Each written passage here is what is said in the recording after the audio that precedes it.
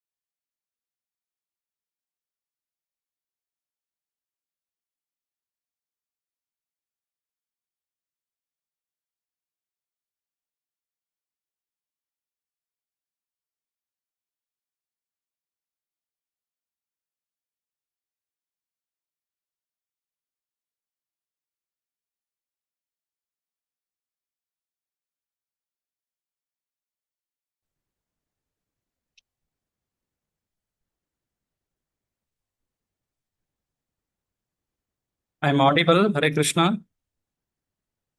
Yeah, Prabhuji. Hare Krishna, Dandavat Pranam. You're audible, Prabhuji. Hare Krishna, Prabhu. Audible, Prabhu. Hare Krishna. Yeah, Prabhuji. Hare Krishna, Prabhuji. Very much audible. Hare Krishna Prabhuji, Dandavat Pranam Prabhuji, Hare Krishna. Hare Krishna. Hare Krishna.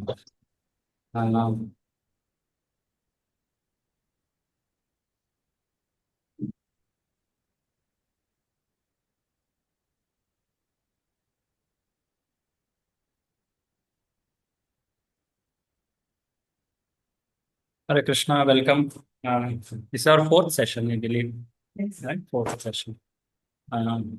We are meeting after, actually last week I was away and I could not take even online session at that time, so I could not have it.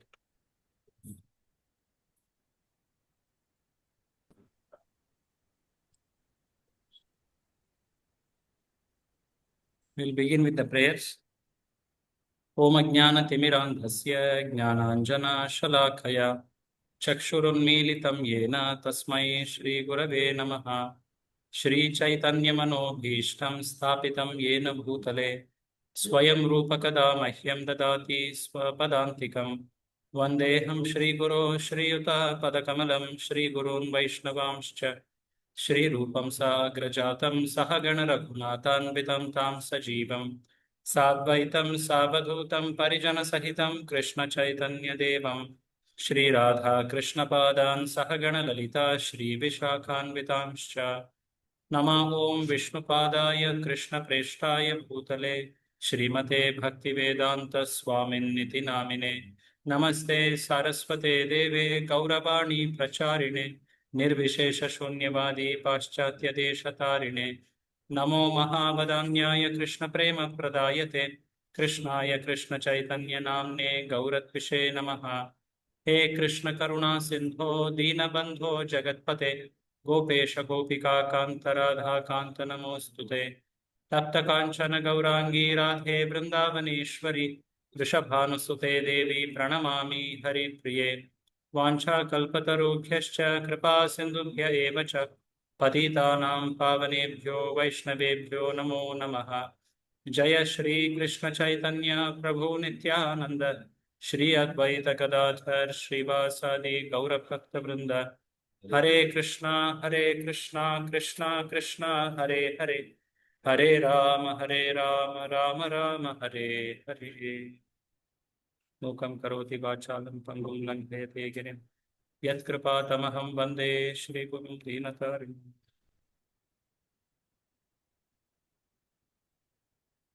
Hare Krishna. I offer my respects to each of you, Hare Krishna, for coming so regularly, trying to understand these books, very fundamental for our Krishna consciousness. In our last few sessions, we discussed introduction, quite an elaborate introduction. 2 sessions we did only on introduction, and 1 session we did on invocation. Last session we completed the invocation. Invocation means you invoke, you basically draw the Lord's grace or energy there. That's called invocation. That is done specifically by prayers. So in any scripture, the first part of the book usually is called Mangalacharan.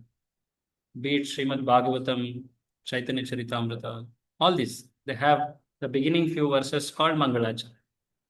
So in that sense, this Upanishad has this very famous mantra, Om Purnamadaha Purnamidam, that mantra, that we discussed last time. We just entered the mantra 1 last time. We will today try to discuss more on it. So our method is that every time we meet, we'll recite those mantras which are for memorization. Together. Om Purnamada Purnamidam Purnat Purnamudachyate Purnasya Purnamadaya Purnamevavashishyate Ishavasyamidam Sarvam Yatkincha Jagatyam Jagat Tena Tyaktena Punjitha Magradah Kasya Svithanam. So we have seen the meaning of the first shloka. Even the second also we briefly learnt it. Anna? We saw the meaning, literal translation we saw here. So in your shloka recitation or memorization test, you have to tell the shloka verbatim, exact. And the meaning could be in your own words, but the words should be such that it covers the meaning of the entire translation. You can break it up into simple words and say it, that's also fine. But you should tell the entirety of the meaning. That's expected. So these two shlokas you should know by heart, and its meanings also you should know by heart. So last time we have discussed on the invocation. Today we will go to mantra 1. Just to recap, the invocation mantra, the first mantra, that is Purnamadaha Purnamidam mantra, it had very interesting aspects about among the 3 realizations of that one entity called Supreme Truth. What are the 3 realizations? If you recollect? Yes. Brahmajyoti, Brahman, Bhagwan. Yes, Brahman, Paramatma, and Bhagavan. So among them, Bhagavan is considered as the complete. And for that, we did see that example of milk or that eatable gulab jamun or like that. And then later we did see the features of them. So when we say Brahman understanding of absolute truth means Sat. What does Sat exactly mean? Truth? Eternity. Truth, true. Eternity. That's more complete. Eternity. Actually, that which is eternal is only considered as truth. In that sense, it's true. When we say Sat, Satya, that word has come from Sat only. That which exists eternally is the only truth. That which changes is false. So, when we say Brahman realization, that is Sat feature. Then there was Paramatma realization. Remember, we saw this one nice, interesting chart. Where we saw it. I actually had, yeah. You see this? Remember, we had discussed. Hare Krishna. You want to be said? It's okay. Thank you. Nil Madhav. Paramatma feature means the realization or understanding of two qualities. Sat and Chit. And Bhagavan means Sat, Chit and Anand. So when we say we know any object, we know means we know its qualities. So like that gulab jamun example, it had quality of appearance, smell, and the taste. So one who just sees it or one who just smells it, he has understood partially. But one who had all of those 3 understandings, he has actually understood that eatable. Similarly, when we say absolute truth, one who has understood all these 3 features, Sat, Chit, and Anand, he has understood absolute truth fully. This is important. That's why I just wanted to repeat it. Sat Chit Ananda. So this is there in the very first part of that. Then we saw about 24 elements, how this world is complete because it is made up of these 24 elements, which they themselves combine, and because of the influence of time, they manage themselves very perfectly. There is no extraneous intervention needed. That word was used by Prabhupada. You see this? No extraneous effort by any other unit is required for this maintenance. This is a invocation,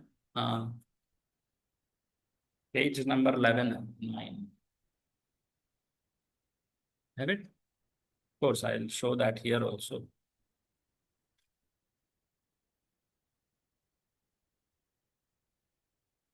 I hope all of you are seeing the book with you, having the book with you.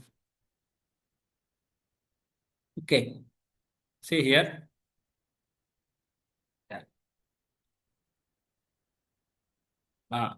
No other unit in the universe need make an extraneous effort to maintain the universe. So we have seen these parts. I'm just reviewing them. And then we saw how the material nature provides one facility for all the jivas to understand how Bhagavan is complete, how this world is complete, all that. That facility is human, correct, human. And those who don't have the complete knowledge, they think this world is incomplete. There was a famous statement we saw: all forms of incompleteness are experienced due to incomplete knowledge of the complete whole. Very powerful statement. Lot is there in that statement. Whatever we experience in this world as not perfect, dissatisfactory, is because we don't know the purpose of this. So this world is complete because it fulfills the purpose completely. What is the purpose of this world? Last time we saw, no? And if you recollect, the purpose of this making this world. To get purified. Say again, Prabhu. To get purified. To get purified. Okay. To get purified. Anything more? To basically cure, to reform. Example of hospital and all we had seen. No? So any object is considered perfect or complete when it fulfills the purpose for which it is made perfectly. Say suppose I get a small half-liter bottle. I filled with half-liter water. It is complete. I get 1 liter bottle. I filled with 1 liter water. It is complete. We don't say half-liter bottle is incomplete compared to 1 liter. Because half-liter bottle is made for what purpose? To hold half-liter water. The purpose is fulfilled. So similarly, the purpose of making this world is to, of course, to give that freedom for Jiva to exercise, try, and ultimately to cure its disease of false independence that will come ahead. So otherwise, one falls into what is called illusory completeness. That famous example of hand. Remember that example, hand and body, a very important example. I'm repeating those which are vital. So therefore, your exams also, in that sense, you can. And then we started mantra 1. So mantra 1, we'll say again once together. Ishavasyam idam sarvam yatkincha jagatyam jagat tena tyaktena punjitha magrida kasya svidhanam. This verse is so important because of this verse only the whole Upanishad is named. Ishavasya Upanishad or Ishopanishad, both are same. Ishavasya Upanishad is also another name for Ishopanishad. And this verse is very, very important in this whole Upanishad. Srila Prabhupada, last time we did discuss about Shruti and Smriti. And Nyaya. Shruti, Smriti, and Nyaya. But just to make it simple, Shruti and Smriti, if you just focus there. So there are many spiritualists who consider Shruti as very important compared to Smriti. What are the examples of Shruti Shastras? Huh? Upanishad, Vedas, 4 Vedas specifically. Huh? In that Vedas, there are Upanishads, Samhitas, all of them. Even Upavedas, huh? Kalpa Sutras, Jyotish, all of them comes in Shruti. What are the examples of Smriti Shastras? Puranas. Puranas. Puranas. Bhagavata is Purana. Bhagavatam is one of the Puranas, most important. Then Itihasas. Itihasas, yes. Mahabharata, Ramayana, Mahabharata. Bhagavad Gita part of Mahabharata is also a Smriti, famous Smriti. Huh? Then there are also others like Kalpas, some Tantra Shastras, some Grihya Sutras, many like that. Shaddarshanas, all of that. We saw that chart. In your book, there is a chart. Last time we did discuss on that chart, the whole Vedic literature chart. So, for those who consider Shruti is more important than Smriti, actually it's not so. Both are equivalent only. In fact, for the people of modern age, who have very less qualities like earlier, Smriti is most important. Why? Because it is added with the flavors of great Acharya's explanation. Okay, Smritis have explanations. They make it Shruti explained is a Smriti. Okay. They're also having a lot of examples, case studies, Puranas, Itihasas, they have stories, which are all histories, where the principles of Shruti are followed. And how a lived experience is also told there. Actually, those people say it and practice. So in that sense, Smriti Shastras, they tell the same truth of Shruti with more clarity, more explained, with more explanations, with many examples. For us, it is easier to understand.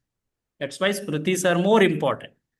In Bhagavatam, it is also told that Mahabharata is more important than 4 Vedas.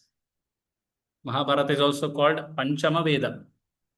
Of course, after that, Vyasa did write Bhagavatam because after Mahabharata also he was not very satisfied. And so Bhagavata is far more important. So those who consider Shruti as the importance, there are still some people who will hold on to Shruti like. There is a famous organization. What is that? Arya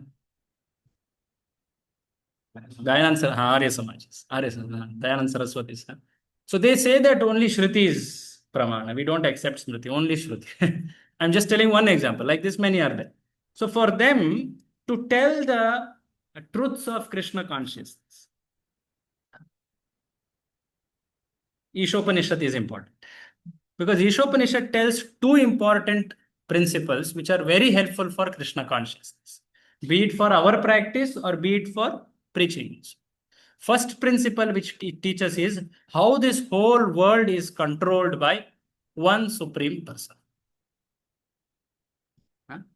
The Lord is the supreme controller and proprietor. Please open your guidebook because I will use those words. Lord is the supreme proprietor. The word proprietor is important. Okay. You need the book. Huh? After class, I'll give. Is that okay? Can share. Can you share for time being? Because I did not know that. So there are sections are given. Mantra 1 to 3. What is given? Can you see the title? No. I mean to say Proprietorship and the laws of God. proprietorship. Something is given, no?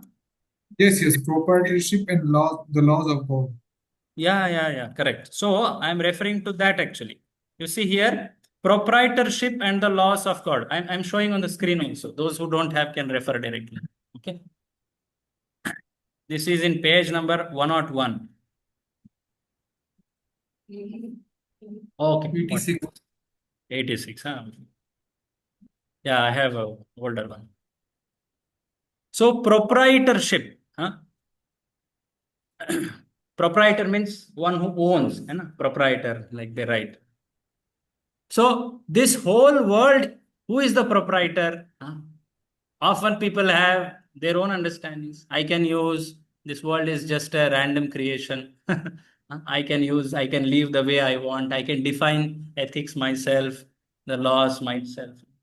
So for them, here is a clear instruction that this whole world is owned and controlled by that one person. The second principle which Ishopanishad teaches, which is in the later part, is that supreme truth is a person. He is not impersonal. He is person.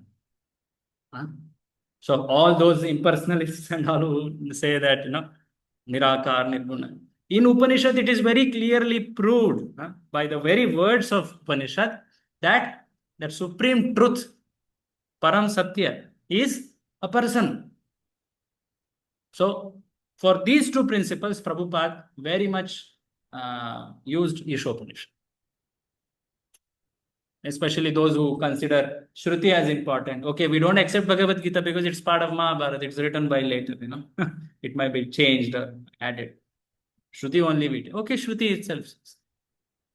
You getting? So these two principles, we will keep saying it and discussing it. The first principle gets clarified in the first 3 shlokas only, but the next one, it takes many shlokas to understand. Okay, let's now move to the shloka. So the Upanishad as such, the Ishavasya, this first mantra, this mantra's translation is a very important words actually. It has 3 aspects to it. Last time I did discuss, I think. I just touched on it and then. So it is called Ishavasya principle, Ishavasya tattva, the very meaning of this shloka is. It has 3 aspects to it. What are they? Let's see. Ishavasyam idam sarvam. Idam means this. Idu. I think in any language they will say this. Idam means this world which we experience. This world, entirety of this world, avasa, avas. Similarly, nivas means place where a person stays, residence. So this entirety of this world is the residence of Isha. Actually, Upanishads don't directly talk the name of God. You will not find names like Krishna, Achyuta, Rama, Govinda. No. It will always talk in pronouns. He, this, that. There is a reason for it. We will explore that later. So this entire creation which we live in, which we experience, is residence of that Isha. So avas also means control, because one who is a resident is a controller. So the entire existence, everything that we see, we experience, is actually owned and controlled. You see the word Prabhupada uses in translation? Now I'll go to the translation. Is owned, controlled and owned by the Lord. What are the things? For that, next again it's told Jagatyam Jagat. In this world there are things which move, which don't move. Sthavara and Jangama, Chara Chara, Samhar, Jiva Nirjiva. Everything is controlled and owned by Isha. That's first 2 lines. That's first principle of Ishavasya Tattva. The second is, okay, thik, fine, everything is owned, so how it matters to me? No, the third line tells it. Because that Isha, because everything is his property, he has kept something for everyone to use. Like sometimes when children in the class make a lot of noise, then the teacher gives something to each of them. Okay, you have this toy, you have this toy, don't quarrel. Like that. So likewise, Isha has kept aside for everyone some resources. Tena tyaktena bhunjita. Tyaktena means keep aside. Side में, बाजू में रखते हैं, side में. Hey, this is for you, this is for you, this is for you. Right. That also means quota. No? Then the third, that's the second aspect. So please remember, the first one is everything is owned and controlled by Supreme Personality of God. The second one is he has kept aside for everyone's needs. One should actually use them and be happy. The third one is very simple. Don't take to others' quota. Ma gridaha kasya svidhanam. Grida means basically you snatch. Ma gridaha. Don't encroach. Trespassers, whatever, Don't encroach to others' quota. Because know that actually he has given that quota for that. Now here, all three of them are important. Did I say this last time? If someone accepts only one or two, it is still incomplete. I said it, Madhu? No? No? Yeah, Okay. Prabhuji, you introduced some little bit regarding we once accept one thing but don't accept the other thing, like that Yes, you have explained. correct. Yeah. So 1 minute. I'll just go to that part. Yeah. See, these three, very clearly, because this will be asked, surely it will be asked. But more than that, for your personal understanding, all three are to be considered together as Ishavasya Tattva.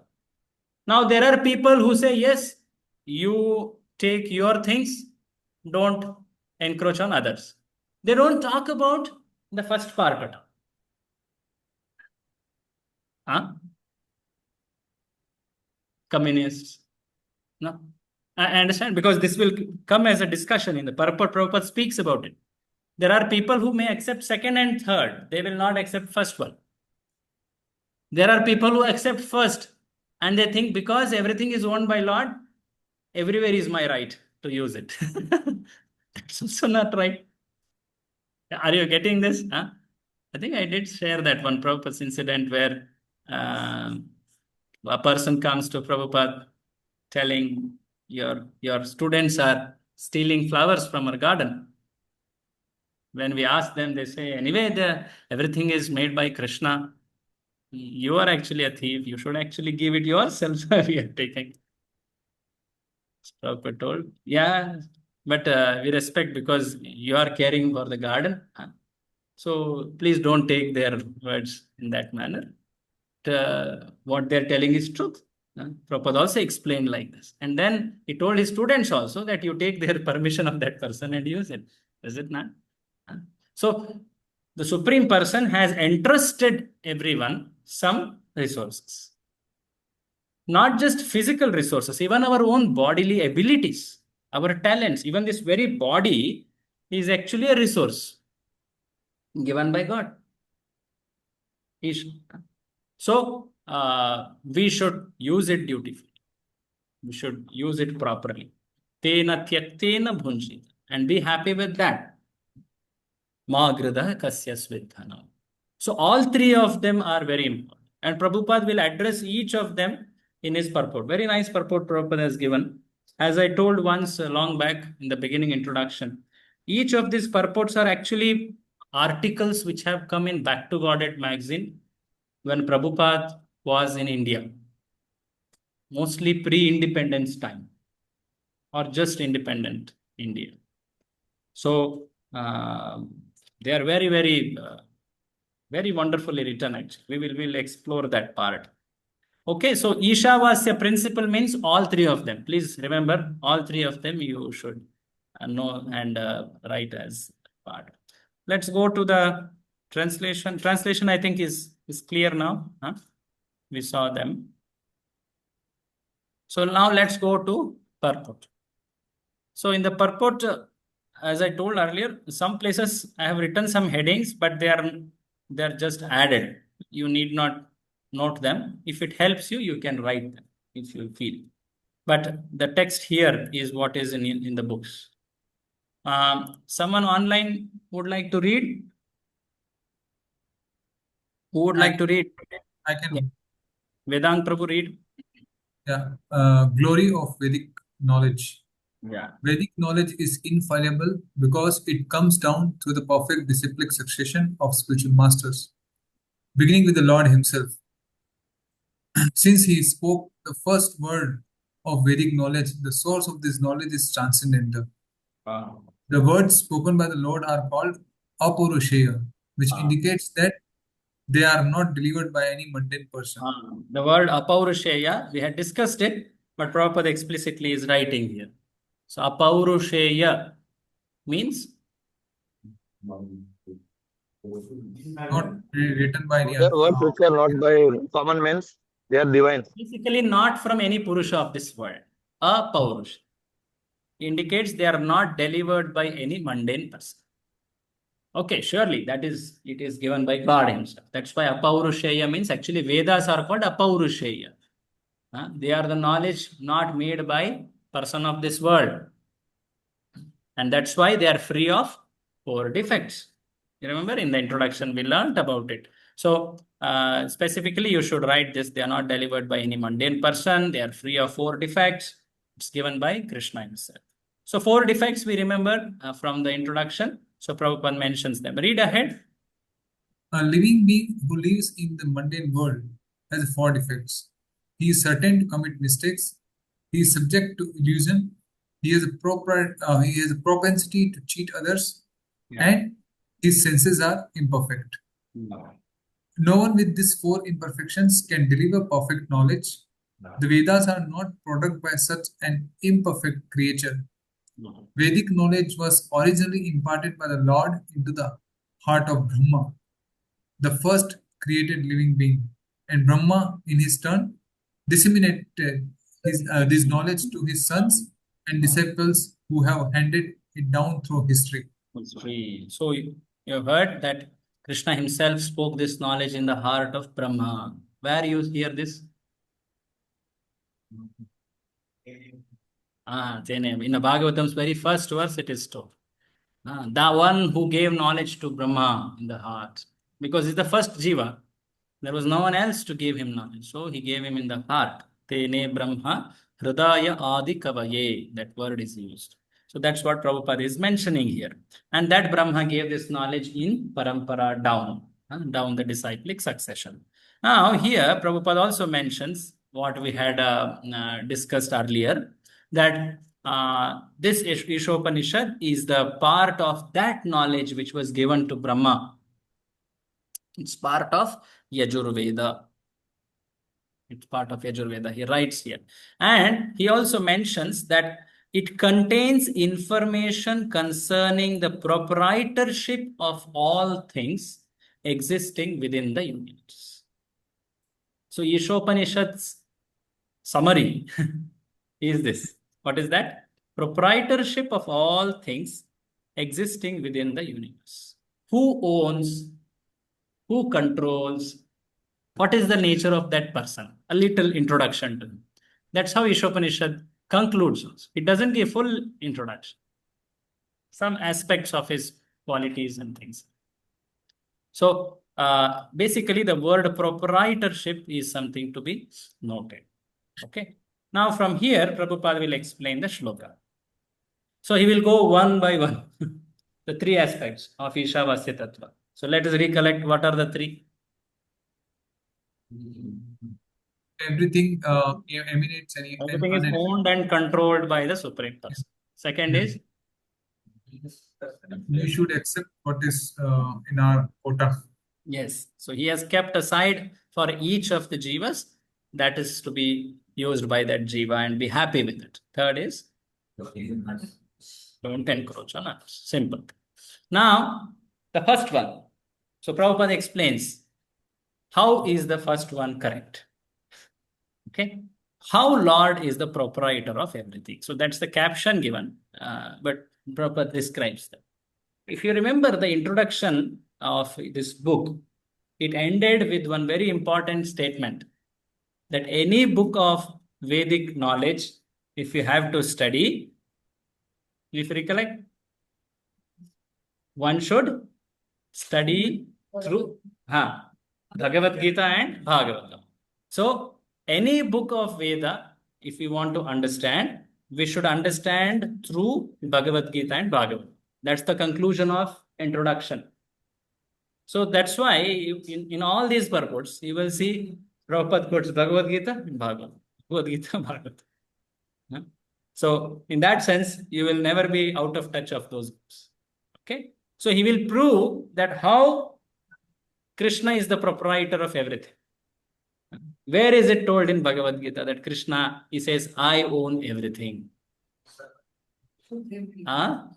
Sutre Manigana. Yes. Yes, Prabhu? Fifth chapter, last verse. Fifth chapter, last verse. Yes. Bhoktaram. Yes. You are saying something? Say again. Sarva Bhuta Maheshwara. Sarva Loka Maheshwara. चतुर्श्लोके प्रभुजी अहम सर्वस्य प्रभवो मता सर्वं प्रवर्तते प्रभुजी. Yes, right. So Prabhupada takes two very interesting verses to explain this. We'll go to those verses and then we'll read them. Okay. I hope this opens up.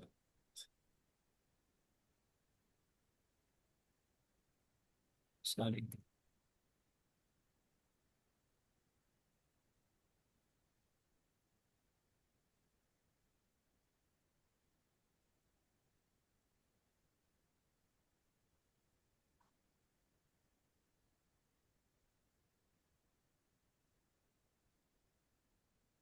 Okay, in Bhagavad Gita, there are very interesting.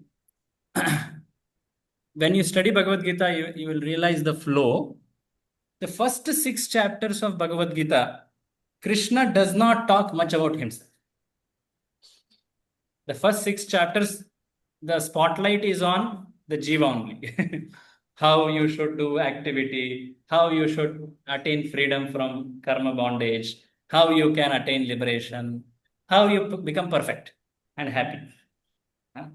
And for that, God is a helpful person for it. So take to bhakti because it helps you in your life. In the middle 6 chapters, the spotlight turns from Jiva to Ishvara. That's another topic of Bhagavad Ishvara Jiva. So from there, from 7th chapter onwards, Krishna will talk about the qualities of Ishvara, the opulences of Ishvara, the vibhutis, many, many things like. So in the very beginning of 7th chapter, which is Jnana Vijnana Yoga, it's called. So he talks about the knowledge. So here he tells 4th and 5th verses, very famous verses, you know. Bhumirapo nalo vayu khammano buddhirevacha ahankara iti yamme bhinna prakritir ashtadha. Before this shloka, Krishna has told that Manushyanam Sahasreshu, among thousands of men, hardly one person knows me in truth. What is that truth? From here he says that in this world, whatever we see and experience of is made up of 8 things. Earth, water, fire, air, ether, mind, intelligence, and ego. The most important word Krishna says is me. Me means mine. They are mine. It tells they are my energy. Iti yam me bhinna prakriti. These 8 are all my energies. Krishna is clearly claiming these 8 belong to me. In this world, we see everything is made up of these 8 elements. All material things means these 8 elements, right? So Krishna is clearly saying that. Translation says, earth, water, fire, air, ether, mind, intelligence, false ego. All together, these 8 constitute my separated material energies. Okay? But Atma is not counted here. The next sloka, Krishna says that also. What does he say? Apareyam itastvanyam prakritim vidhi me param jiva bhuta mahabaho yayedam dharyate jagat. One word is common. Last shloka and this shloka. Huh? May. Here also he tells, this is also mine. The jivas are also mine. Bacha kya hai that? What is left of? This is what Prabhupada uses the logic. So he says, can you read translation? Besides this, no knowing around the Jannah, there is another superior energy of mind which comprises the living entity throughout this nature. So there is material nature called Bhinna Prakriti, superior to it. Huh? Param, the word is used, you see. Vidhi me param jiva bhuta. Superior to it is jiva bhuta. And that's also mine. Krishna is telling, me, it is mine. And that sustains the world actually. It is Atma who is actually animating the world. If Atma is not present, then if life is not present, then the bodies don't function. Is it no? So then in the next sloka he says, एतद् योनीनि भूतानि सर्वाणि इत्युपधारय अहं कृत्स्नस्य जगत प्रभवः प्रलयस्तथा. He says, everything in this world, what you see, have their source in these two natures. Either material nature or spiritual nature. Bhinna Prakriti or Jiva Bhuta. The non-living beings are just Bhinna Prakriti, right? The living beings like we or plants or all of them is a combination of Bhinna Prakriti and Jiva Bhuta, right? The body is Bhinna Prakriti. Inside the Atma is, that is Jiva Bhuta, right? So, there both are energies of Lord. And see here, what does he say? Have their source in these two natures. Know that I am both the origin and dissolution. So clearly Krishna is claiming this part. Of course, that famous Sutre Manigana Iva, you told, no? That comes after. So that's a very progression of that. So the point here is, Prabhupada makes these verses, he quotes these verses. I just told those verses so that we read the meanings. Okay? Can you read, Mataji? Yeah.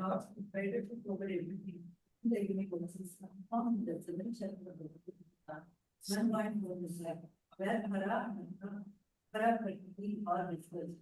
The elements of nature, earth, water, fire, air, nature, mind, intelligence, and ego all belong to the Lord's superior energy.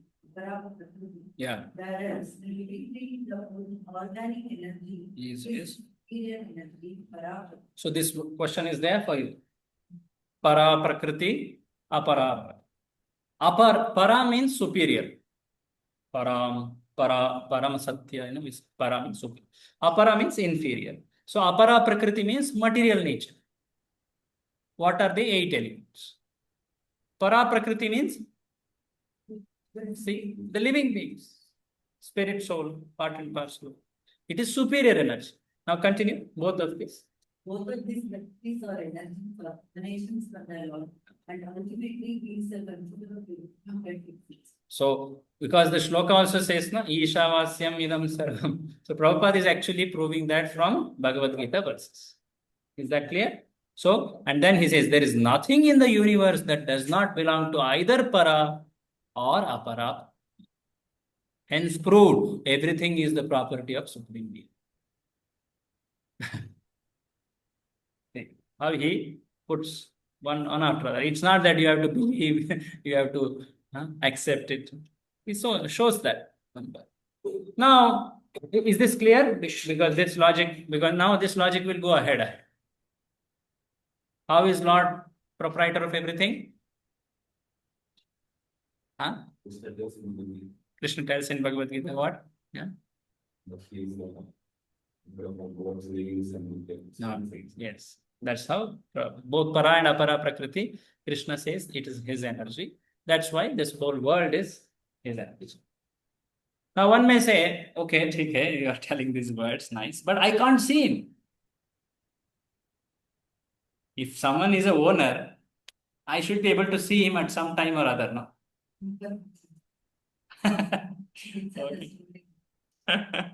Yeah, true. I can't see him, someone may question.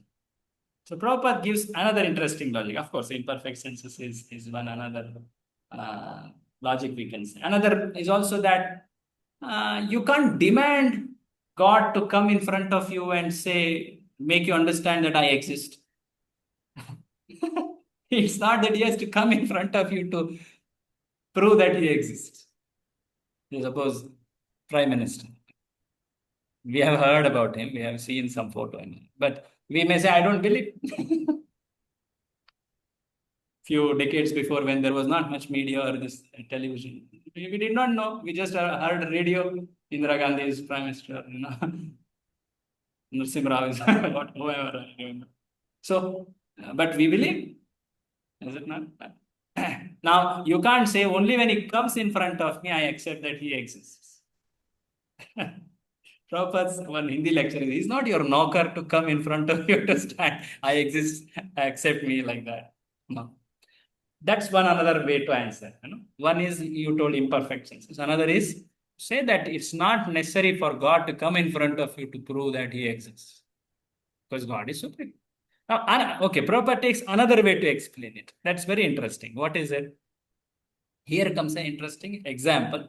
Please note this example, very important example. Would you like to read, Mataji? Kalavati. Because the Supreme Being. Personality body is a complete person. He has complete and perfect intelligence to adjust everything by means of his different potencies. Yeah. The Supreme Being is often compared with fire, and everything organic and inorganic is compared to the heat and light and fire. Yeah. Just as fire distributes energy in the form of heat and light, and Lord displays its energy in different ways. So what is being told here is, actually here you will hear this word organic, inorganic. It's like it looks like chemistry. It's a famous understanding that carbon is necessary for a living being. So organic means carbon forms. So Prabhupada is from that background, and he also uses those terminologies. Organic chemistry, like talks about life generation. Anyway, the point here is the simple example. The example is of a light. Imagine there is one small deep, a lamp. It is situated in one corner, but you can experience its effect the whole room. How? Because its light and heat spreads. Its energies influence spreads beyond its very place. It spreads because of its energies influence, which has spread. We can understand that yes, there is a lamp there. Light is experienced, heat is experienced. Now, this is explained because this is a shloka from actually Vishnu Purana. That Supreme Lord who is there in spiritual world, he, by his unlimited energies, he expands. And his energies are infinite. And by the influence of his energies, he controls everything.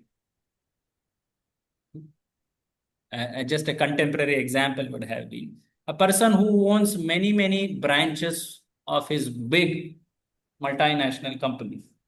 He may not be found in every branch. He may be sitting at a place. But his orders, his directions, his energies, it is being followed everywhere. Correct? No? Say, suppose Reliance. Everywhere there is Jio, some shop or something. You don't find Ambani there, actually. But his deputed people or those down the line, you will see that representation. The influence of his instructions or directions is perceived, right? So likewise, the Lord is having many energies. Ekadesha sthitasyagnir jyotsnya vistarini yatha. Ekadesha. He is situated at one place, just like a lamp at one place. It exerts, it spreads its influence by heat and light. Only two energies are considered for that. Similarly, for Lord, it is many. And by that, one understands the Lord's presence. It's interesting. Nice example, probably. So this example, you should note. So in very important to learn these examples when we learn any philosophical point, it is helpful by an example. So when you are told to describe an example, like a question will be asked, a lamp and a light and heat. This example will come again in different contexts. Okay, it's not always one principle which comes out. Now you have to explain what's the lamp scenario, what is the philosophical scenario, and the principle. Anybody would like to say? So if the lamp is placed at the Ah, so with the lamp, there is both light and heat, yes, which is a property of the lamp. Yeah. So similarly, Krishna Yeah. has got multiple properties. So it means that Krishna does not have to be there, but his properties can be seen. Energies, you can say energies. For example, as you said, the owner of an MNC company stays in one place, but his orders and instructions are followed across different countries and different cities. That's the principle. So you can see that I again highlighted here. Just as fire distributes its energy in the form of heat and light, it distributes. It just doesn't limit at that place. Similarly, the Lord's influence is distributed by his many energies in different ways. Like that. Okay. So that principle should be very clearly told when you're asked to explain an example. Yeah. The principle is the energy it spreads, and the influence of that entity is perceived in a larger place, not just in small place. Is that clear? Please influence. Influence, actually. So the Lord displays his energy in different ways. You actually understand Lord by understanding his energies. This is one of the very interesting way to observe Bhagavad Gita. That's why in Bhagavad Gita 7th chapter, Krishna starts telling, you see this many shlokas, no? Prabhava, what is it? I am this taste in the water. This Asoham Kaunteya. Kaunteya, Prabhasmi, Shashi Suryayo. Punyo Gandha Prithivam. Punyo Gandha Prithivyam cha. Tejas Chasmi Vibhavaso. So there is a lot like this. He tells it multiple places. 7th chapter he tells. 9th chapter he tells. 10th chapter Vibhuti over there. It's so many shlokas are about it only. And later again he will tell in the later chapters. So understand the energies of Lord. And Krishna is telling, when you see the energy, remember me. That's the way Bhagavad Gita talks about, okay, you want to know me, understand these energies. And when you drink water, you remember me. When you see anything wonderful, the 10th chapter, he says, no? What is that famous last verse? Mamatejo amsha sambhava. Everything is a spark of my splendor. Krishna says that. So like that, the point is the energies prove the energetic. That's the point. Okay, is this clear? You go ahead. You can stop me when you have any question or any addition to make. Okay, that was about the first aspect of Ishavasya Tattva. Everything is owned and controlled by the Supreme Personality. The second was the quota. Things are set aside for each person. So now here, Prabhupada talks about quota, which is much more practical for us. And this is very important. From here comes the application of Ishopanishad. You have a question actually. Let me show that, because you will start seeing the whole description in that manner. I'm showing the handbook. In the handbook, you have some essay questions. There are many essay questions. We will not ask all of them to write. You see here, I think there are 3 questions. Oh, 3 only. But we will be asking you to do first and third. Okay. You will have to write an essay. You can start writing it even from today also. Okay. It's an open book question, actually. Open book assessment. The first assessment is applying the Ishavasya principle. Application it's asking.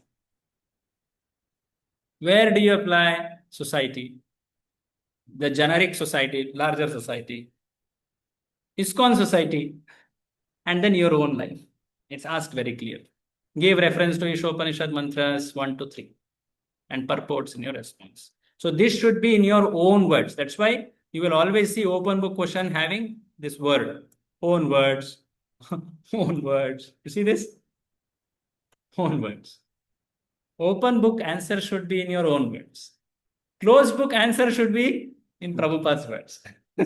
They are to be exactly as much as possible recollect, memory recall. Huh? Apaurushaya means what, Prabhu? You just saw no one.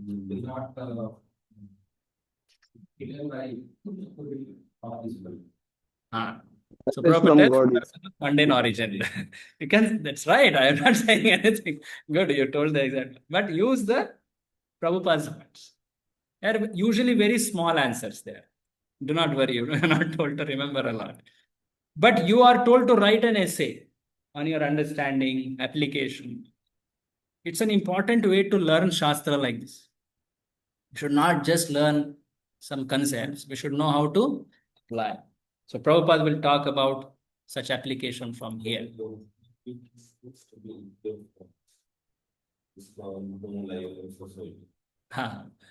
will discuss that.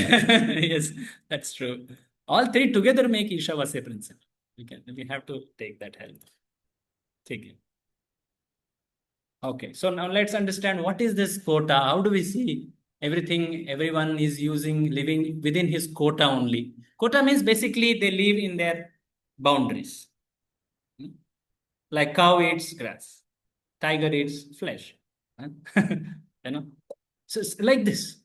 So Prabhupada starts talking about food, about usage of natural resources, even goes to talk about the world social system. All that comes here. Very nice. One of the genius of Prabhupada is that he comments on the social situation of the world. No other Acharya has done like this. Other Acharyas explain philosophy. Ishavasya midam sabam. They will explain it. But Prabhupada goes to the next step telling, oh, today someone is telling like this. And today we are seeing in this world like this. How do we see it? How do we understand? So he will talk about that. So that's why Prabhupada's books are important because they are far more relatable. He brings it down to us very clearly. Okay, let's read it. Someone online would like to read? One should therefore be. Who will read?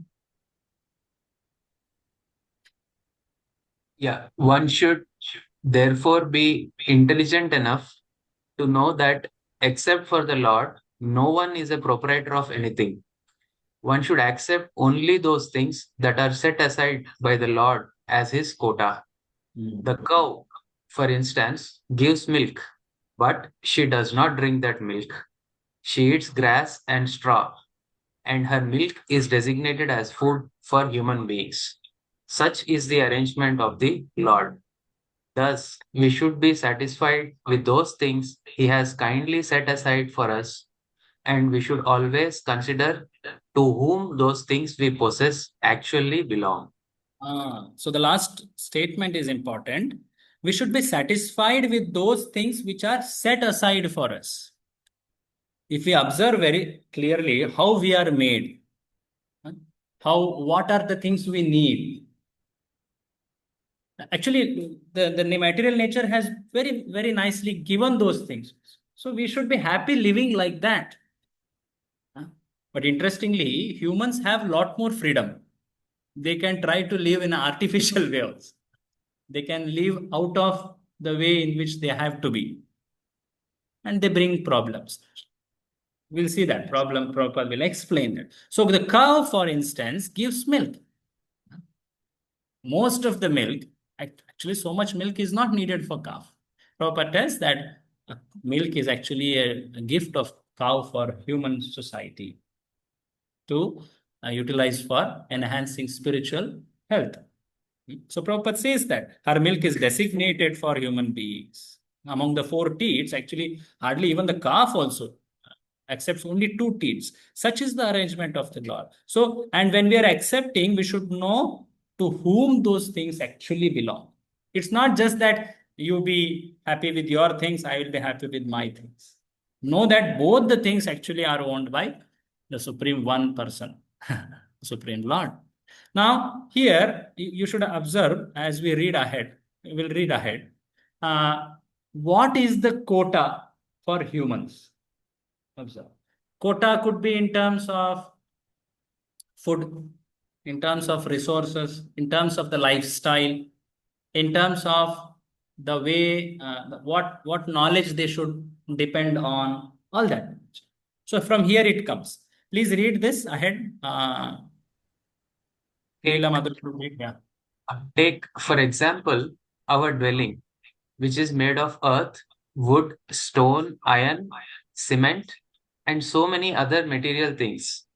If we think in terms of Sri Ishopanishad, we must know that we cannot produce any of these building materials ourselves. We can simply bring them together and transform them into different shapes by our labor. A laborer cannot claim to be a proprietor of a thing just because he has worked hard to manufacture. This is very important. Sometimes we say that I have worked hard for it, so it belongs to me.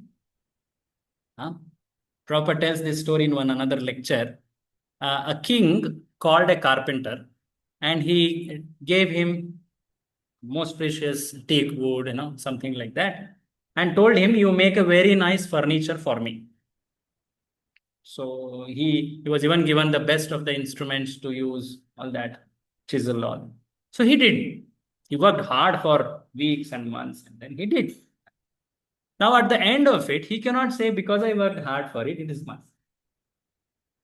See, the Prabhupada is, the laborer cannot claim to be a proprietor because he has worked hard to manufacture it. Originally, who gave the wood? Who gave the instruments? We may take something from nature and use it. With our intelligence, we may modify it, transform it. But original raw materials, who gave it? Another instance comes in Prabhupada's life.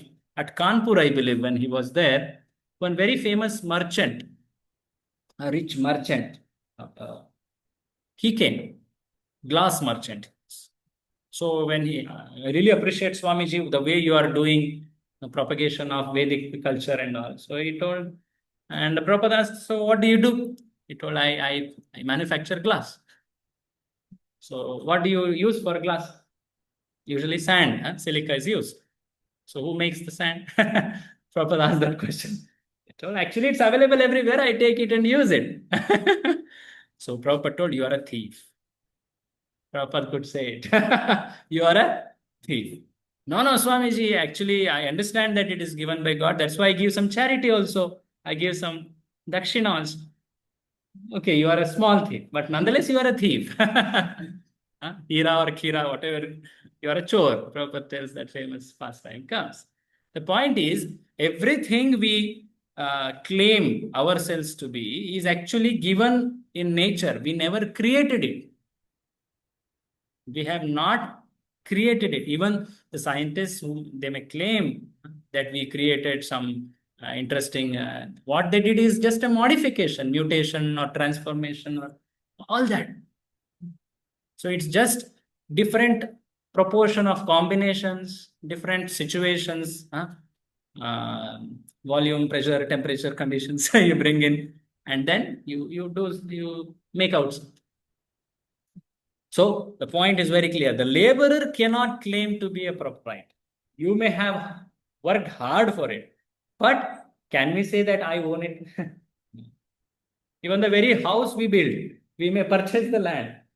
We may get khata, e-khata, whatever khata nowadays it's, registration, all that we do it, and then we get BBMP certificate, we build, and then we tenancy law, everything we secure. This is mine. But still, according to this statement, a laborer cannot claim to be a proprietor.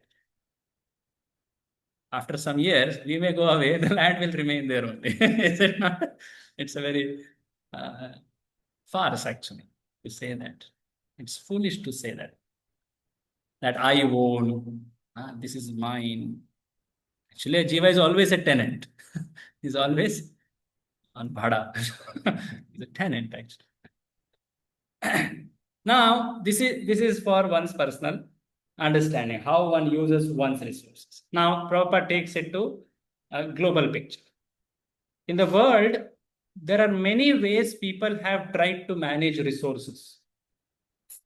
And they have come to some philosophies. Famous are two: capitalism, communism. Capitalism, communism. Anybody would like to say what is capitalism? What is communism? Anyway, whatever you understand. Because Prabhupada will talk about it. See, soon he will talk. Laborer, capitalists and all.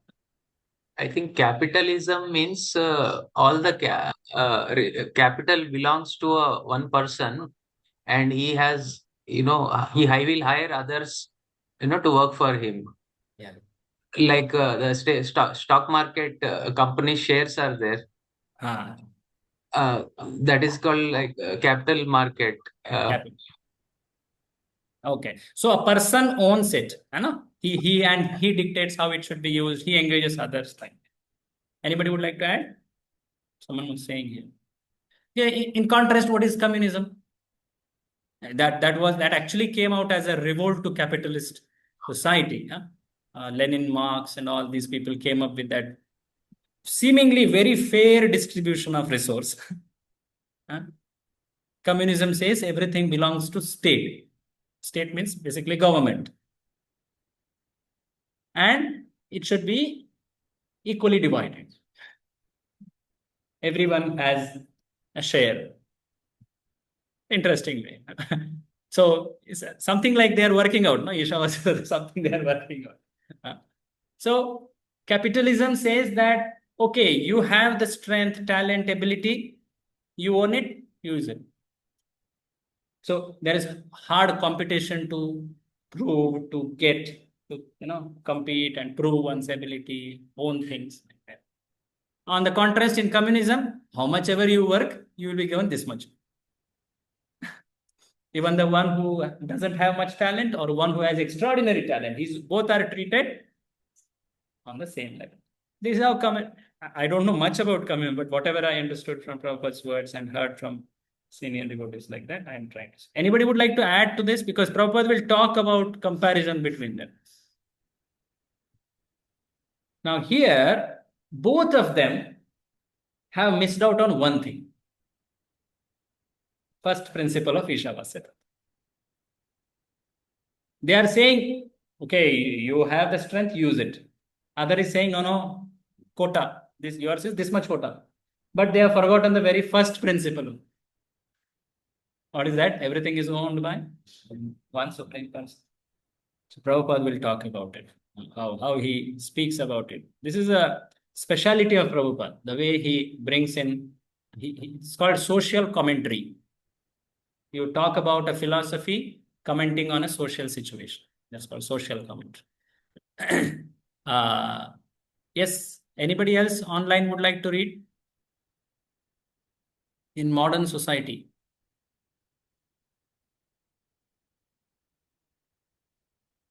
Would you like to read? Yeah. In modern society, there is always a great war between the laborers and capitalists. So laborer system is actually communist system. Laborers means they revolted against capitalist hegemony, and they thought, no, we are the ones who are the owners. We work hard for it. It's ours. A laborer cannot claim to. So these are all reflections of that one philosophy only. Just see application. So laborer means communist philosophy. Capitalist means I own it based on my ability, like that.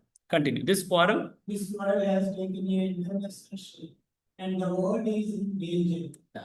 Man faces one another in enmity and smell just like cats and dogs. Yeah. See, Christopher cannot give advice to the cats and dogs, but it can deliver the message of God here to man through the bona fide acharyas, holy teachers.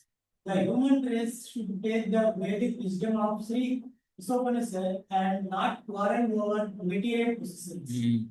One must be satisfied with whatever privileges are given to him by the mercy of the Lord. There can be no peace if the communist or capitalist or any other party claims proprietorship over the resources of nature, which are entirely the proprietor of the. See, just see the today's situation. This is no different, right? Some country, because of its army ability, is trying to take over some other resource. Exactly same, no difference. Actually, that's how the material world is. There can be no peace if communist or capitalist or any other party claims proprietorship over resources of nature, which are entirely property of God. Now continue. Capitalists cannot. Capitalists cannot the communists simply by political maneuvering. Nor can the communists defeat the capitalists simply by fighting for stolen bread. So this word is famous, stolen bread. This is a communist term, actually. Stolen bread. You stole it from me like that. The point here is the capitalist may, now what's happening in the situation currently, that you just try to make a pact. You have some area of limitation. You should use this, you should use this. But they're all very temporary. At the very next possible instance, they will break it. They will break it and they will again exert trying to take over some resources like that. Is it not? So that cannot satisfy, that cannot give a solution. Capitalist cannot curb communist, nor can communist defeat capitalist. Oh, we will come together and defeat, but they have the power of money and position, many things like that, right? So simply by fighting for stolen bread, two dogs came together and one dog had stolen. Another dog tried to attack that dog and tried to take the stolen bread. It was already a stolen bread. And they are quarreling for a stolen bread. Prabhupada talks about it in another place called honesty among thieves. Interesting concept. You stole it and then you say, no, we have worked hard for it. There should be good share for each other. Acha batwara hona chahiye. Honesty among thieves. It's a farce. So, So what is missing? He will talk next. Can you read? If they don't of the personality of Godhead, all the property they claim to be their own is stolen. Consequently, they will be liable to punishment by the laws of nature. Nuclear bombs are in the hands of both communists and capitalists. And if both don't recognize the proprietorship of the Supreme Lord, it is certain that these bombs will ultimately ruin both parties. Thus, in order to save themselves and bring peace to the world, both parties must follow the instructions of the solution. So we should read Prabhupada books more, because we understand how to see the world through these scriptures. So both will ruin. Nuclear bombs at any time they may just release. So the fundamental fault in both the systems is yeah. So in here the word used is they do not recognize the proprietorship of Supreme Personality of God. That's the clear fault. Without that, you may say the best of the distribution mechanisms or good sharing, whatever pacts we make, it will all be temporary. Okay, so that is clear. Capitalist, communist, this thing. Okay. Now Prabhupada will take it ahead. From here, please, as I told earlier, please note what is it that human beings should, how they should live. What is their quota? You should observe this, because Prabhupada will talk about some very common things actually here. Human beings, you can only read. Human beings are not meant to quarrel like cats and dogs. They must be intelligent enough to realize the importance and aim of human life. The Vedic literature is meant for humanity and not for cats and dogs. So what's the quota of humans? To realize Vedic literature. So for humans, Krishna is given, the God is given Vedic literature. So they should study it, read it, and live by it. Prabhupada tells it's not meant for cats. Earlier he told, we can't instruct cats and dogs. Only humans can understand it. So these principles are basically the truths spoken in the Shastras are specifically meant for humans. They're specifically meant for humans. And one should utilize them. It's not just utilizing at a leisure. One should live by it mandatorily. Prabhupada will talk about it later. So here he's telling cats and dogs. So he talks about food. Very simple aspect. Food. Cats and dogs. Cats and dogs. Cats and dogs can kill other animals for food without incurring sin. But if a man kills an animal for the satisfaction of his uncontrolled taste buds, he is responsible for breaking the laws of nature. Consequently, he must be punished. So the laws are made that who should eat what. We are not talking here demanding some faith. Prabhupada will talk about it later. And at the end, I'll also share some, even medically, ecologically, many ways. It is proved that vegetarian living food is the most congenial food for humans. If they have to live happily, if they want to feed all of the humans, all these features are, even our very digestive system, it's made for vegetarian living. So it's not that only followers of Bhagavad Gita speak like this. But otherwise also people are living. And now vegan is something so very common nowadays, is it not? Vegan living. So the point here is, the laws are made, one should live by those laws. In respect to food, humans' food is, Krishna has talked about it. So Prabhupada will tell here later. The standard of life for human beings cannot be applied to animals. Animals, they act by instinct. Humans have freedom. Instinct means, whatever they feel, there is no gap of thinking. Whatever they like to do, they immediately do it. Like a cow, as soon as it sees something, it puts its mouth. But a man, oh no, it's not offered. Or, it's not right to eat this food. So he will restrain. This ability is for humans. So that standard of life for humans cannot be applied to animals. So somebody may question, oh, they are eating, animals are eating, other animals. Why can't I live like that? This kind of objections when they say, Prabhupada is talking about them. See, tiger does not eat rice and wheat or drink cow's milk because he has been given food like animal flesh. So continue. Among the many animals? Among the many animals and birds, some are vegetarian and the others are carnivorous. But none of them transgress the laws of nature, which have been ordained by the will of the Lord. So who has given laws of nature? The Lord. It's not just a system in the nature, but actually it's given by Lord. So even tiger, you cannot force it to live like vegetarian. Similarly, a cow or any other animal, herbivore, you can't force it to become a carnivore. But humans, you see, the way they live, they exercise their freedom, they can become like that. That is not natural, but that's a wrong use of freedom. That freedom is meant for something else. Head Prabhupada will talk about it. See, animals, birds, reptiles, they strictly adhere to laws of nature. The way they are made, they live accordingly. Therefore, there is no question of sin for them. Nor are the Vedic instructions meant for them.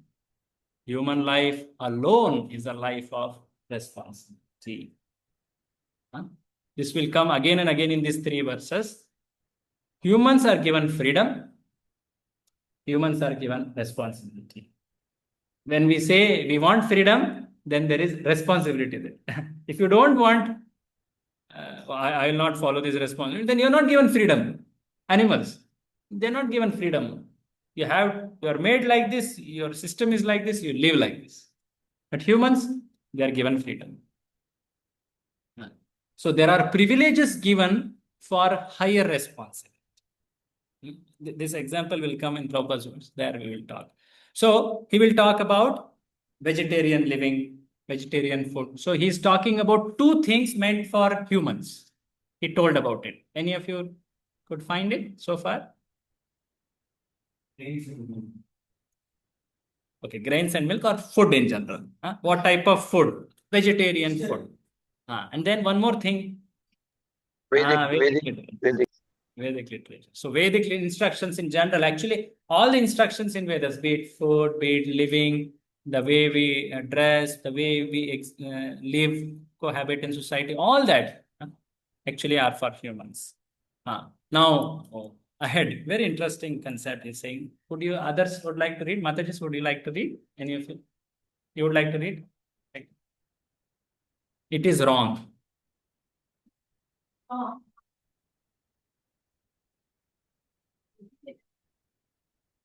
Translating the group of nature, vegetable, person, and plant. While it is a nature's no right one, living being is living On another. On one means the point visit Is not us, also is not made now. vegetarian. See, even plants have life.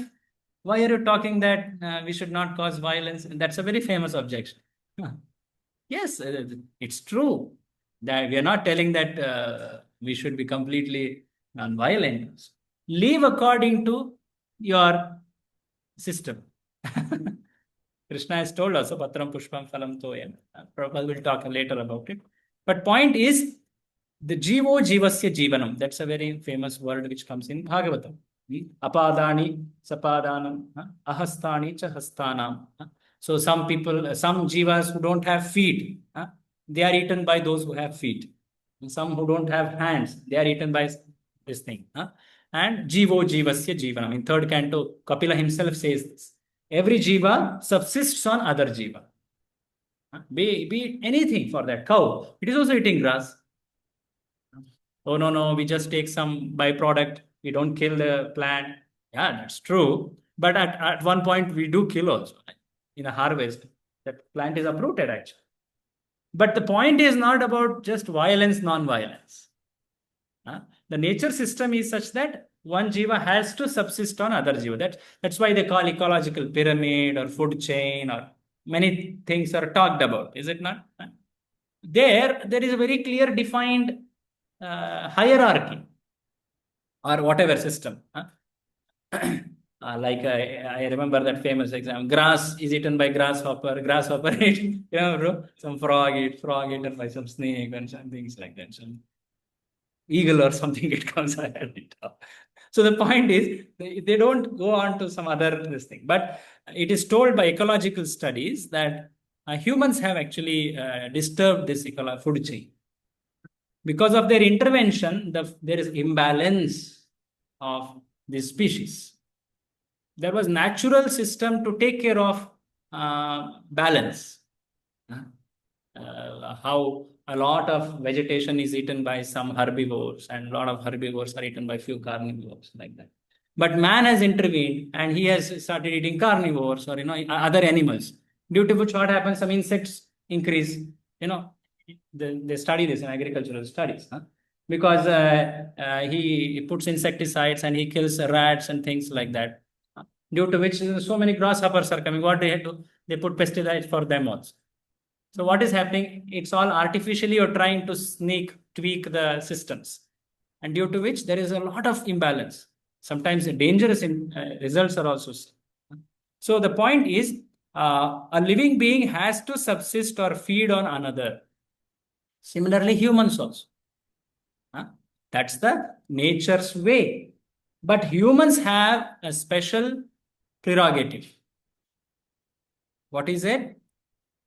To recognize the Supreme Law. The food which is on my plate is given by Krishna. This a human can think. Animals cannot.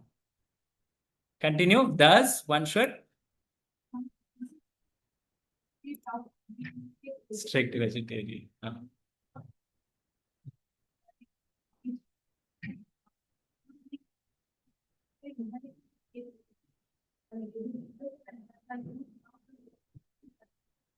Working and their profit out such knowledge before man neglects the instruction of the Vedic literature.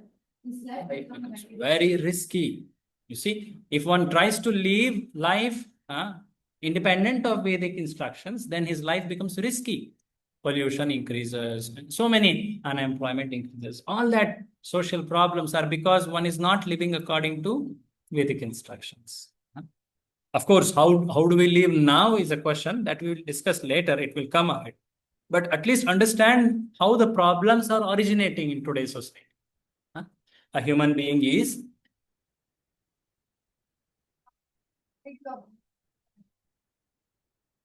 we must offer everything for the Lord's service and practice until offer means of the food offered to the Lord. So the humans, they can appreciate what food I am getting is actually by the grace of God. In every religious system, they see food as gift of God. Be it Christianity, I don't know about Islam. At least I had heard in the prayers in Christianity, even for that matter, Vedic literature, Vedic living. Islam also, Allah. So they offer,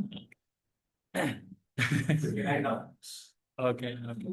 So every sane, at least progressive people, they see that food is actually a gift of God. I should offer my respects in that part. He's giving me rains, he's giving me food, he's giving me light. All this is your first step in God consciousness. See that everything you're getting in life is actually gift. So humans are not just expected to be vegetarians. They should actually recognize the authority of Supreme Lord and become his devotee. Express gratitude and offer it to him and then take. I think sacred food, sacrilege, whatever in Christianity also it's there. They offer some food and things like that. So this will enable him to discharge his duty properly. And of course, Prabhupada talks about that famous 9.26 verse. Patram, Pushpam, Phalam, Thoyam, Yome Bhaktya Prayachati. Krishna has told that he accepts vegetarian food from the hands of a pure devotee. So he has told it. For devotees of Krishna, there is far more abiding instruction. Krishna has told it. He has not told some flesh and like. Therefore, a human being should not only become strict vegetarian, but become a devotee. Offer and partake prasadam. Only those who act like this are truly following duties of human life. And otherwise, they are eating sin. That's also told in Bhagavad Gita. Those who don't offer and eat the food. Third chapter, yes. Bhunjate tetva agham papa ye pachanti atma karanat. Third chapter, 13th verse it tells. Yagnashishta, I think. I don't know how it begins. So, concluding this purport, Prabhupada makes one very strong, striking statement. The root of sin, we talk sin. Sin means you think this is to be unethical. That's why it's sin. But I don't believe it is sin. Somebody may say it. But what is the actual meaning of sin? The root of sin is deliberate disobedience of the laws of nature through disregarding the proprietorship of it. As soon as one forgets, actually everything is owned by Lord, then he develops exploitative vision. This is mine. Hadap leta hai. That's the sin action. Is it not? Be it resources, be it people, be it anything one does is stemming from this disregard for proprietorship of Lord, who it belongs to. Even our own abilities also. Krishna has given some monetary ability, some bodily ability, some, whatever intelligence, all that. They are also actually given by God. If we disregard that, that is also a sin. So deliberate, this is there for your question also, if I'm not wrong. The root of sin is deliberate disobedience. Deliberate means knowing it. Oh, He's innocent. He never came across Bhagavad Gita. How can you say he's doing sin? But point is, as we have seen earlier, human being means he has to study Vedas. The Vedas are meant for whom? Humans. Later, Prabhupada will talk about it in this example. If someone is riding a bike, he is expected to know traffic laws. So someone is living a human life. He is expected to know the Vedic directions. And if someone is caught later because he violated the traffic rule, if he says, I did not know, whose mistake? Traffic police will not leave them like. Similarly, the laws of karma are such that they act on humans. Because the instructions are given how to live, the freedom is given. And if someone doesn't want to know them, or even after knowing them, disobeys them, is clearly subject to punishment. So it's a very fair system, is it? The instructions are given how to live. The ability is given how to understand them, to follow them. If one doesn't do, then the punishments are just. Is it fair?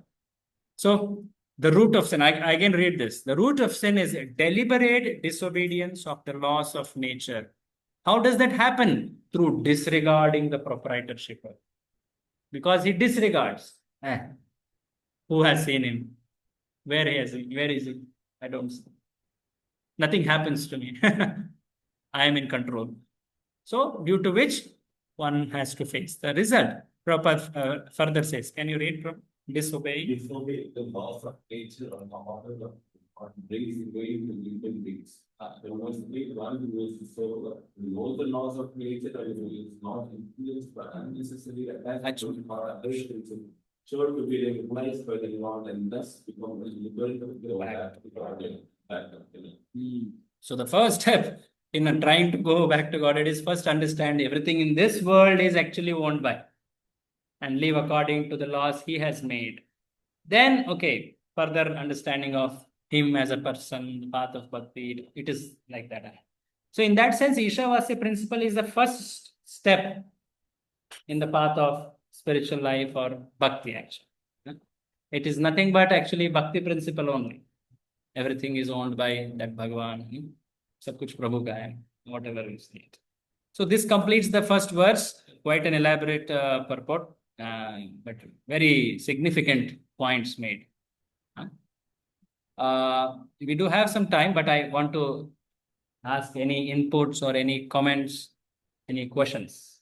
So in summary, what did we see? We'll just, yeah, it's coming here.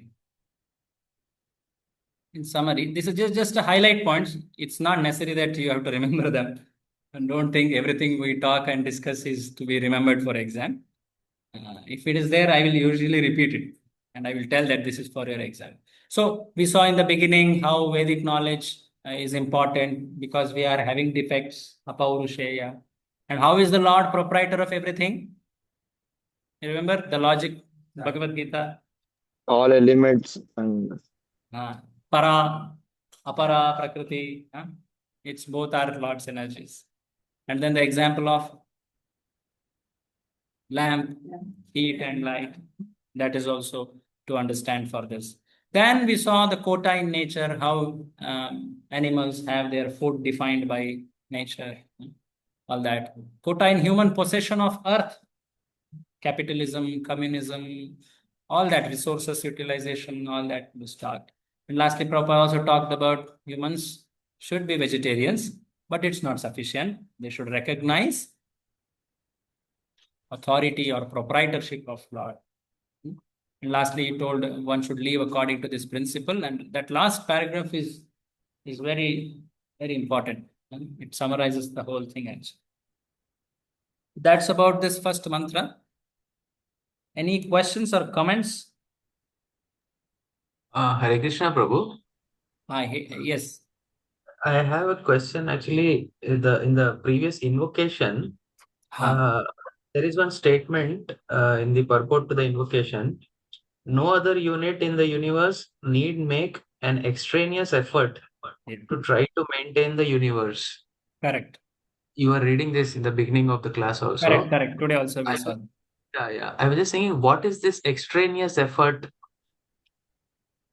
and where do we draw the boundary? Okay, to the effort. This is going beyond the required one, and it is extraneous. Like, how do we understand this? What is the understanding behind this extraneous effort? Yeah. Okay. So let's take a simple example. Say, suppose you have made one setup of some experiment. You have to monitor situations for that experiment. You have to take care of some pressure, volume, temperature, things like that, for that reaction to happen. Now, the world is made such that there are wonderful transformations happening, but it is in itself sufficient. There is no one who is coming and maintaining that situation for. The Lord has made a wonderful system. They call it perpetual motion machine. Means it is such a system that it once it started, it runs on its own. In fact, even in the automation also, it's told perpetual motion. It feeds on itself and it maintains itself, and it's perfectly going ahead. So something which is beyond those 24 elements required for maintaining them is not needed. 24 elements plus time. Prabhupada also has talked about time there, if you remember that paragraph. So the 24 elements with time, they are made such that in this world, they themselves are undergoing all transformations. They are taking care of all the changes, and then they destroy, and then again they get created until the whole universe is destroyed. Once the universe is destroyed, then comes the importance of Lord, because they all go back to Lord's body. Is it not? After that, then Lord gives the seeds again. Aham bija pradat. After that, it goes on actually. See? So if you study the creation mechanisms, that's how Lord has made the system. Even Brahma, all that intelligence for him is also given by Lord only. Is it not? So in that sense. Is that helpful, Prabhu? Yes. Just one further small doubt on this. Yeah. Like nowadays we see so much plastic is there, so many gadgets we are making. Yeah. So many things are going on in the modern world, modern constructions, and so many other things. Now, from one perspective, we see it is all within the 24 elements only, right? So all this is does not come under the extraneous effort. It is all means all right, acceptable as part of the maintenance, or like so many which are not natural or seemingly apparently unnatural or artificial things, amenities or such things. So I was just thinking from that perspective. Okay. See, the concept is you have a unit, everything to run that unit is within that unit. That's called perfect or complete.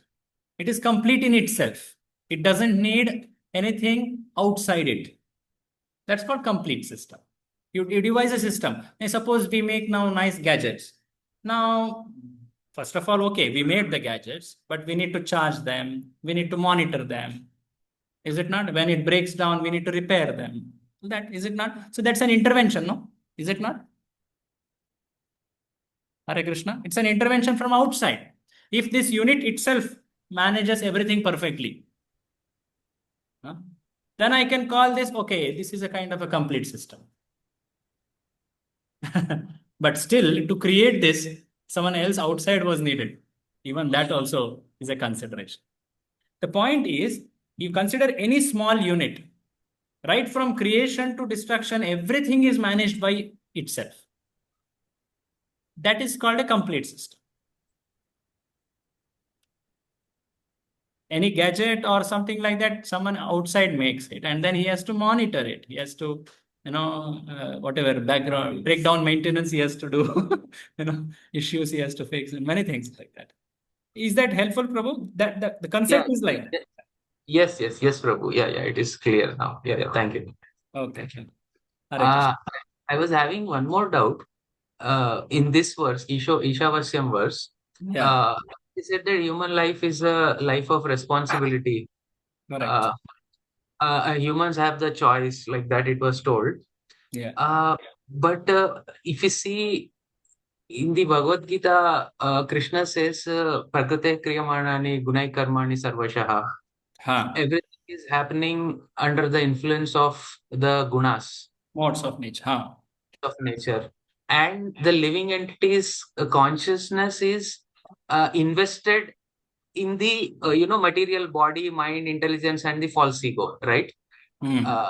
Yeah, but the whole mind, body, intelligence, false ego is working under the gunas, right?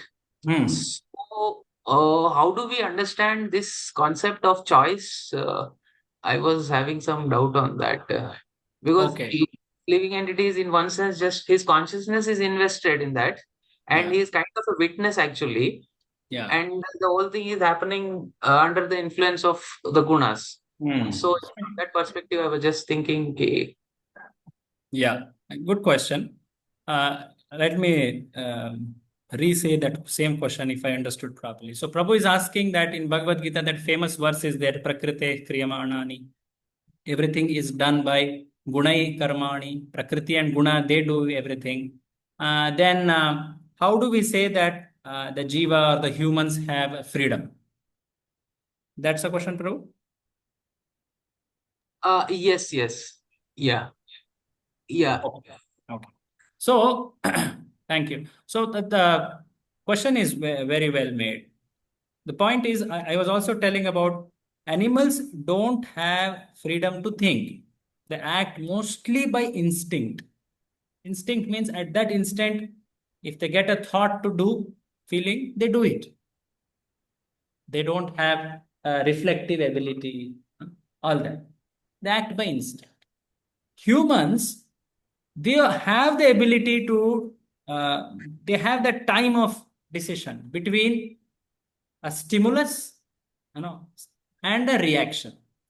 Something you saw and something you will do. But between that, you can decide that time is there. Now, that time, when a person becomes too conditioned, it becomes unseen almost. One doesn't even realize that he has an ability to make a choice. So that shloka, Prakrite Kriyamanani, that shloka is told, it is told for those who ahankara vimudhatma kartaham iti manyate. Actually, this world, everything is done by bhautika prakriti only, which is made up of the 24 elements. But Jiva can dictate the 24 elements. But when Jiva identifies with 24 elements, bhautika prakriti, then he doesn't even dictate. It comes under the control of that 24. There's a difference here. So when he becomes under the control, then he is actually bound. Of course, everything in this world is happening because of the material nature only, but the dictation can come by the soul. But in conditioned state, it comes by polluted mind, corrupt intelligence, and false ego. They influence the soul so much that the soul is helpless. It is just under their power. But for a liberated soul, yes, for him also everything is happening through 24 elements. But for him, he has the freedom. No, I will not do this. I will do this. He has that freedom. Even in the greatest temptation or greatest force, he can act as per his spiritual desire. Is this clear, Hare Krishna? Yes, Prabhu, it is clear. So in the liberated state, it appears that full freedom is there, but in conditioned state, it doesn't seem so, right? Because in conditioned state, that freedom is not there. True. especially in the lower modes, it is almost not there. Even in humans, I'm talking about humans here. So more one goes to lower modes, he is helplessly being dragged by the situations around, the modes around, like that. But one who goes to sattva, that's why when he has a knowledge, he has an ability to act according to knowledge. The defining qualities of sattva are jnana and sukha. In Bhagavad Gita, Krishna will tell it in 14th chapter. So that knowledge he has, and he acts according to that knowledge. That means what? He is utilizing that small time window between stimulus and reaction. But for those who are in lower modes or in Rajatama, they are just acting because of the conditionings actually. So the more one misuses that freedom, the more one loses the ability to use that time. Repeatedly he has misused it, he has gone under the sway of wrong decisions. Then the ability to make right decision is reduced actually the next time. The probability to make right decision goes down. I hope it helps. Yes, Prabhu, it helps. I had another question regarding the. Can we take that? Can we take that? I'll surely be available. We'll continue this question after this thing discussion.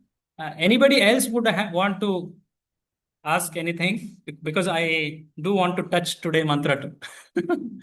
I in fact thought I'll do a half of it at least. I'm too slow actually. It's too slow to tell you honestly. Nonetheless, I hope all of you are finding the pace understandable. Anybody have any question before we? Yes, Mataji. Bhagavata communism, that's a question. It will come at the end of Mantra 3. I'll explain that. It is from actually lectures of Srila Prabhupada on Ishopanishad. It's not there in these 3 verses. Okay, so it's coming from there. I will show that at the end of 3rd mantra. Because all 3 mantras actually talk about this one theme, proprietorship. We'll see that. Any other question? It is a general question. Okay. I had a question on the second principle of Krishna Vasya. So Krishna has told that we shall aspect everything aside for us. So as a person, how do we know that Krishna is the possessor? So if we know that, we will not encourage that. So we only know that Krishna is the Yes. It's a very broad subject. Anyway, I'm happy to talk even if we cannot do the mantra. Vedic society. Prabhu, we couldn't hear the question actually. Okay, the question is interesting. The question is, how do we know what is our quota and how do we know we are not encroaching on others' quota? That's the question. Understanding of one's quota, how do we know it? Okay, food, it's very evident, or some things are out and out clear. But how do we know how much is mine? This pervades many aspects of life. How much efforts I do in life, how much savings, how much, all that investment. They're everywhere. No, you can draw a line where I should draw the line. This is enough. Quota means like that, right? Is it? So the Vedic society, the way which Vedic society recommends how society should be is not capitalism or communism. What it tells is, actually, of course, today we have a very nice program about Varnashrama. So Varnashrama is the actual living for human society, where one understands what are one's needs. First, a self-awareness is important. Everyone's needs are not same. Your needs are different, my need is different. No? Even among humans also, the needs are different. And for fulfilling those needs, a broad framework is given. Within that also, there is a lot of gray area, a lot of granularization. Someone has a need of, specifically some monetary need, or some need of utilizing one's inclinations. This is a need. You cannot say that he should be this much, that, like this only. All human beings should live like this. You cannot say that. Huh? The needs are not just physical needs, they are mental needs. They are also the needs at the level of ego. Huh? So, based on one's needs, one should exercise resources. Huh? How do we know the need or quota? That is known primarily, two methods are told. One is oneself will know it when one lives a life of Sattva. Unless one comes to Sattva Guna, one will not know one's own self well. Who am I? What is my inclination, my need, my quota. Like Bhima had a great need of eating. Like Kunti would divide food, no? Bhima one part, all four she would other half, and they will have that quota. Now, Bhima had that need because he had also an ability, he had inclination like that. Bhima karma, that word is used in Gita. So, even among the same family, same society, still people will have different needs. So, when one lives a life of Sattva-guna, one will begin to understand what are one's needs. That's why in the Vedic culture, in the very beginning part of life, one was given a life of a very Sattva-guna actually. The life of training, celibacy, self-control, all that actually makes one understand what are one's inclinations. If one is little observant, he can reflect and he can understand, okay, this is my need. And the second is, one who has seen you closely can tell it. Usually a guru tells it in a Vedic society. A child who has grown in a traditional Gurukula system, he lives at least for first 11 years the way Guru has told him. At the 11th year or 12th year, the Guru or Guru Patni, usually Guru Patni tells, she understands, so this child's inclinations are this. And according to that inclination, again there are dharmas told, the kartavyas are told. Okay, if you have an inclination for Vaishya Vritti, Kshatriya Vritti, Brahmana Vritti, Shudra Vritti, then these are your duties. Learn it first. Before going out of the school, that is taught actually again. And then he is told, okay, now you exercise your needs, fulfill your needs. So, of always, the needs are taught along with the duties actually. Because if we just exercise the needs without any understanding of duty, then we actually exploit. If I'm utilizing or if I am taking help, then I also have a duty towards them. So that's the understanding of Varnashram. So it is not just one single thing for everyone. Everyone's needs, and there is always a dynamic tension between them. This tension is always there, Prabhu. We cannot say that now I have strike balance up. That balance, it's like a running cycle or like you have dynamic balance. Sometimes one has to take care of some certain section of needs, say physical needs, mental needs, emotional needs, spiritual needs. The spiritual needs are always there as a soul. That one should never forget. So the essence of the Varnashrama system is it never leaves the spiritual need of the child. That is central. Along with that, it also tells about other needs. Physical need, mental, emotional, intellectual, ego, all that needs. I am talking in very abstractly, Varnashrama principles like that. But traditionally, this was how it was dealt. And how we do now, especially the kind of sadhana programs we are given, it's more like a life of sattva only. Is it not? Sattva guna, like early morning, getting up, reading some shastra, some knowledge, living a life of moderation. These are all aspects of sattva guna. And more we live like this, we develop some reflective ability. Okay, this is I need. This I don't need. I can live without it. This I need. So these things we can reflect ourselves, and then we can we need not term ourselves as Vaishya or these things, but at least we can be aware of our own needs, self-actualization or self-realization. And then we can also validate it from some senior trustworthy guides of ours. No? It could be in any terminologies, no? Guru, Diksha, Guru, Shiksha. So, because the broader society doesn't follow Vedic civilization, we may not have that kind of a setup to know our own selves, our natures and things like that. This is something which we can move in that direction. Okay? That's a broad this thing. Any other comment or question?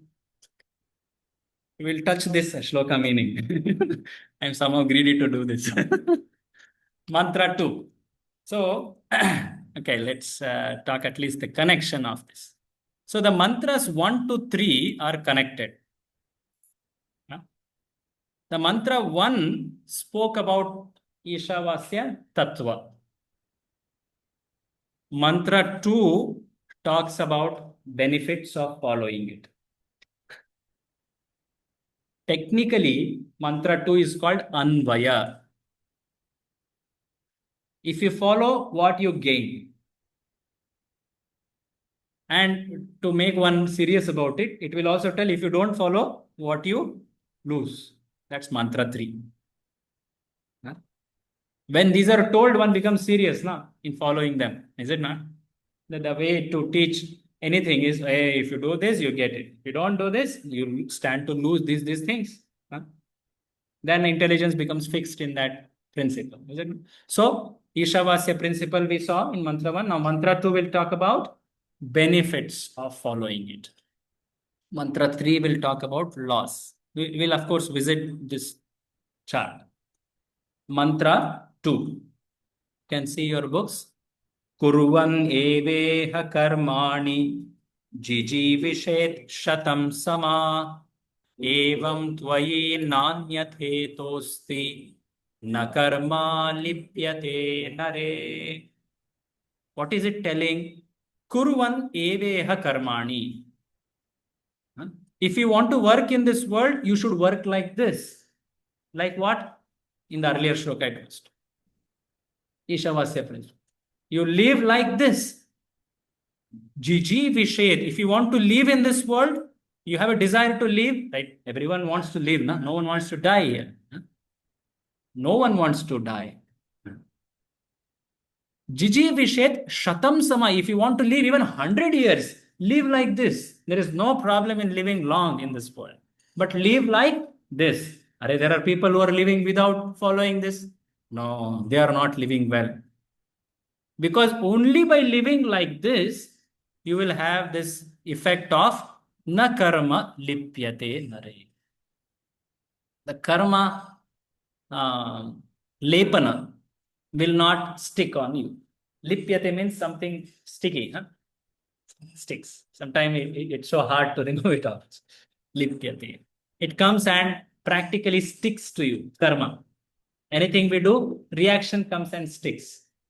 It's hard to get out of it. So, if you live like this, you will not get reactions. Anyatha, you will surely get reaction. Na anyatha asti na karma lipyate nare. Nare means human life. Nare means human life. Let's see the word-to-word meaning and then we'll conclude for today. Atish, you would like to read?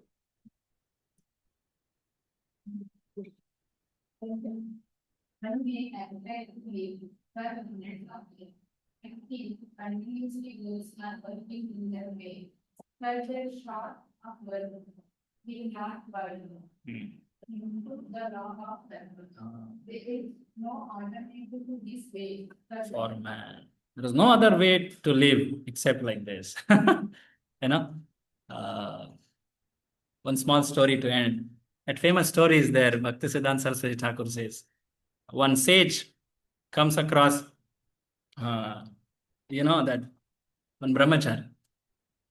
Let's start with one butcher. Have you heard this story? Tell. You know that story? Exactly. Butcher dies. He should So the sage says, let this butcher live.